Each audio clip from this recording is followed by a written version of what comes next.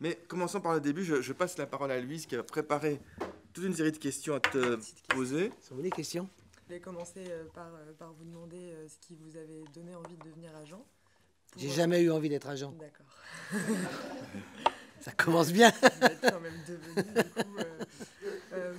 Et vous étiez attaché de presse avant, du coup, qu'est-ce qui s'est passé alors? Ben moi, vous savez, j'ai un parcours extrêmement atypique. Moi, je voulais devenir réalisatrice. C'était mon envie, réaliser. Puis j'avais besoin de travailler, donc je suis devenue institutrice. Je prenais des cours du soir à l'Institut du cinéma libre, rue du Delta. Et alors c'était très drôle parce qu'à cette époque, quand j'allais dans ces cours du soir, on me disait « Mais pourquoi vous voulez être réalisatrice? Vous devriez être monteuse ou script. » C'est-à-dire, systématiquement, les femmes devaient être monteuses ou script. Et puis la vie a suivi, j'ai rencontré ce monsieur Guy Lombert qui, en 1969, avait un ami qui s'appelait Georges de Bourgard, qui est un grand, grand producteur, qui a produit Godard, qui a produit Truffaut, qui a produit tous ces gens-là. Et il me dit, je vais jouer dans un film que produit Bourgard, et qui m'a obtenu un stage à la réalisation. Puis en fin de compte, un beau jour, j'ai démissionné de l'Éducation nationale, et j'ai fait plein de petits boulots. Et grâce à ce monsieur, je suis rentré dans une revue de cinéma pour faire des paquets. Vous savez, pour faire des commandes les gens que je veux tel numéro, etc. Et tout, donc je faisais les paquets. Mais je me disais, je m'en fous, je vais être dans un milieu où on va parler cinéma, puisque j'étais en contact avec des journalistes qui étaient critiques de cinéma dans cette revue. Et puis, je suis allé à Cannes en 70, un peu comme pigiste, faire des interviews, etc. et tout. Et puis, à Cannes, j'ai rencontré une jeune femme avec qui je suis devenue amie. Et quand j'ai quitté la revue du cinéma, cette jeune femme était attachée de presse et elle m'a dit bah, « Écoute, tu viens me rejoindre ». Donc j'ai un parcours atypique, j'ai jamais fait d'assistanat ni quoi que ce soit.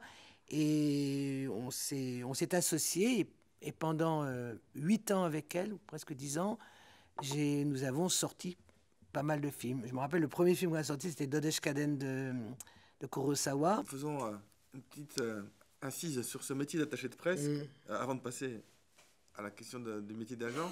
Est-ce que tu peux nous dire en quoi il consistait exactement? Parce que c'est un métier peu connu finalement. Le métier d'attaché de presse, quand j'ai démarré dans ce métier, c'était en fait, j'allais dire, le go-between entre la presse et le film. Donc on faisait des projections de presse, on préparait un dossier de presse, c'était tout ce travail qui était un travail d'information. Et notre boulot, après, c'était de présenter les films à la presse et qu'ils écrivent dessus, plutôt en bien. Il y a un autre très célèbre attaché de presse qui est devenu autre chose par la suite, c'est Bertrand Tavernier. Alors voilà, mais Bertrand avec Pierre Rissian à l'époque. Bertrand Tavernier et Pierre Rissian étaient vraiment c'était des précurseurs, c'était des gens. Lauzet ne serait pas connu en France s'il n'y avait pas eu Tavernier et Rissian. Bon, donc j'ai fait ça pendant 20 ans. J'ai travaillé avec des grands, avec Bertolucci, avec Fellini, avec Cimino, avec plein de gens. Et puis j'ai vu le métier changer. Le métier a changé. D'abord, tous ces grands critiques ont disparu, presque. La presse cinématographique a beaucoup changé. J'ai commencé à prendre mes distances. Et quand je vous disais que je ne voulais pas être agent, j'ai été approché par un agent qui m'a dit « J'ai envie de devenir agent ». Je lui ai dit « Moi, jamais. Je ne serai jamais agent ». Il s'est passé quelque chose aussi, c'est que j'avais un grand ami qui s'appelait Bernard Giraudot, qui un jour m'a appelé et m'a dit « Écoute, je veux que tu t'occupes de moi ». Je lui ai dit « Mais je ne suis pas agent ». « Oui, mais je veux que tu t'occupes de moi artistiquement ». Et un vendredi soir, après un whisky, j'ai dit « Change de métier ». Voilà. Ah oui. Moi, ce qui m'intéressait dans le métier d'agent, c'était tout ce qui était artistique. C'est-à-dire mettre des gens ensemble, lire, dire bon ça va pas, enfin, tout ce qui est de la création. Mais au début, je ne m'occupais que de comédiens. Je ne m'occupais pas d'auteurs, de réals, de metteurs en scène. Tu voulais dès le départ qu'il y ait un nombre limité, j'imagine, de personnes que tu allais représenter. Comment ça se passe? Vous savez, si vous regardez dans toutes les agences, regardez bien si vous pouvez aller sur les sites des agences, vous allez voir les agents, même extrêmement reconnus, s'occupent d'énormément de personnes. Nous sommes payés par ce qu'on négocie pour les comédiens. Nous avons, vous le savez, vous allez avec 10% de leur salaire. Donc, il faut faire un certain chiffre d'affaires pour pouvoir gagner sa vie. Mais entre les comédiens, les réalisateurs, les auteurs, etc., je ne suis pas loin de 100 personnes quand même. Mais je ne pense pas qu'on puisse travailler en dessous. Voilà, c'est un petit peu différent. Le travail est différent entre les auteurs, les réalisateurs et les comédiens. Les comédiens sont beaucoup plus prenants.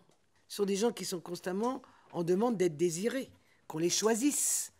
Donc c'est extrêmement douloureux pour eux quand ils ne travaillent pas, voilà, c'est très compliqué. Il y a une chose qui est absolument vraie, c'est que pour les femmes, le passage je dirais la quarantaine, mais même un peu avant, est extrêmement difficile.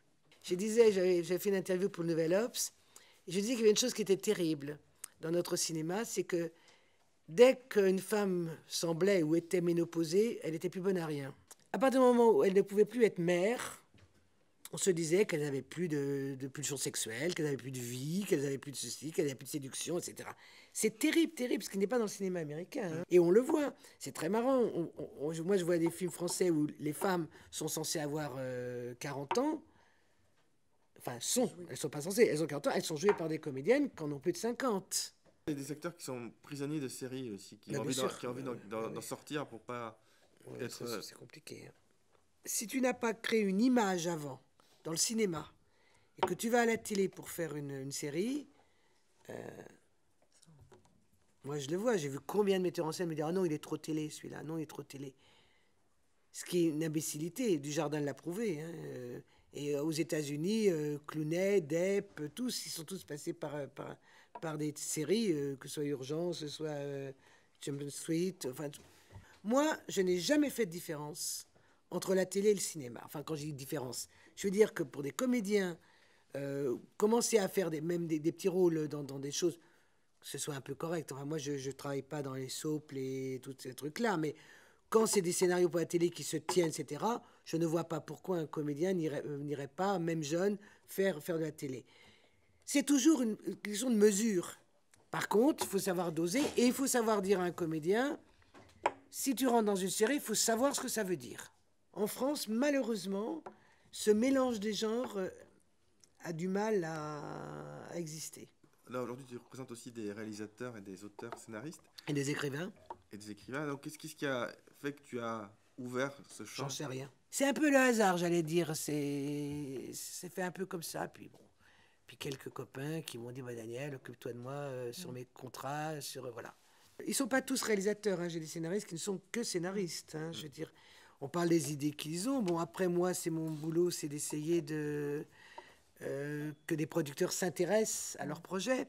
Alors après, il y a des phases d'écriture où quelquefois ils me font la gentillesse de me demander mon avis, où je lis, je pense, je dis ce que je pense qui peut être, qui peut ne pas aller, etc. Et tout. Et puis après, bah, c'est le travail normal de rencontrer des producteurs, de les mettre ensemble pour aller jusqu'au bout de l'écriture et peut-être de la faisabilité du film. C'est ce que j'aime le plus. Moi, c'est vraiment quand tout d'un coup, un scénario que j'aime ou une idée que j'aime trouve écho chez quelqu'un à qui j'en ai parlé, ça me plaît. Là. Et puis aujourd'hui, il y a une chose qui est certaine. Je parle des scénaristes, qui sont uniquement scénaristes. Jadis, quand les scénaristes écrivaient, il y avait de l'argent. Ils étaient bien payés. Donc, ils pouvaient écrire un scénario pendant 3 mois ou 4 mois parce qu'ils étaient correctement payés, etc. Aujourd'hui, les scénaristes sont obligés de faire 3 ou 4 trucs en même temps. Hein, parce que la position des auteurs est extrêmement malmenée quand même en France sur la reconnaissance, je veux dire, de leur travail. Ceci mis à part en France, ce que je trouve assez détestable, c'est que vous avez des comédiens qui sont arrivés à des prix exorbitants parce qu'ils ont fait des succès et qui, depuis 10 ans, ne font plus un succès, mais sont toujours au même prix. Aux États-Unis, ils sont un système capitaliste. Vous rapportez de l'argent, vous en touchez beaucoup. Vous rapportez plus d'argent, vous n'en touchez plus. Nous, en France, vous rapportez de l'argent, vous en touchez beaucoup. Vous n'en rapportez plus, vous continuez à toucher beaucoup. L'autre question qu'on n'a pas abordée jusqu'ici, c'est le rapport entre agent et casting, directeur. Moi, ce que je regrette aujourd'hui avec les castings, c'est pas de leur faute. C'est ça. C'est qu'avant, on prenait le téléphone, on les appelait, on envoyait du papier. Aujourd'hui, avec les mails, etc. et tout, les courriels d'ailleurs, je devrais dire, pour parler bien français, on n'a plus vraiment de relation avec les castings. Des fois, je vois des agents qui disent « Ah oui, non, mais attends, là, ils disent, elle a 29 ans. Ah oui, mais ma comédienne, elle en a 31 ou elle en a 27. » Je dis « Arrêtez vos conneries. » Je veux dire, c'est pour ça qu'il faut qu'on lise les scénarios. Parce qu'en lisant les scénarios, la définition du personnage, elle ne peut pas être seulement extérieure. Quand on lit, on sent... cette personne, elle a 30 ans, mais elle est vive, ou elle est renfermée. C'est quand même ce qui ressort de l'intérieur. Et donc, comment ça se passe avec tes collègues alors? Est-ce qu'il y a des échanges entre vous? Moi, j'ai toujours souhaité qu'il y ait vraiment une relation, enfin une circulation d'informations extrêmement forte. J'ai connu des agences où fermer la porte et puis l'agent avait un scénario, il le diffusait à personne dans l'agence. Moi, je refuse ça. On a des réunions hebdomadaires tous les mardis matins où on échange chacun ou ce qu'on a lu, ou les gens qu'on a eu au téléphone, les projets avec les directeurs de casting, etc. et tout, avec les réalisateurs. Voilà, on fait un melting pot de tout ça. On est tous très différents. Bon, moi, je suis dans cette agence, je suis la doyenne. Et donc, c'est vrai que moi, depuis 24 ans, j'ai un noyau dur de gens avec qui je travaille depuis 20 ans. Mais par exemple, je vois des jeunes agents qui sont arrivés dans l'agence. Nadia, par exemple, elle est beaucoup plus sur des jeunes qui font du one-man show, qui font du web. Et puis moi, on va dire, j'ai mon bâton de maréchal quand même. Ça fait 45 ans que je suis dans ce métier. Moi, aujourd'hui, ce que je prépare, c'est la transmission. Enfin, je veux dire, ce que j'ai envie, c'est que... Bon, je vais peut-être encore travailler 5-6 ans, quand même. Je vais vous dire une petite anecdote qui va vous faire rire, parce que vous m'avez passé 10%, je vais vous le dire. Le personnage que joue Liliane Rover, avec le petit chien, Cédric Lapie, je voulais que ce soit moi qui le fasse. J'ai refusé. Parce que ce rôle est un petit peu inspiré de Josette Arrigoni à Média, qui maintenant n'exerce plus, et de moi un petit peu. Mais c'était 40 jours de tournage, je ne me voyais pas aller tourner 40 jours et dire au comédien, il n'y a pas de boulot pour vous. Donc je ne l'ai pas fait. En tout cas, je voulais te remercier, Daniel. Merci d'être venu Je t'en prie. jusqu'à nous.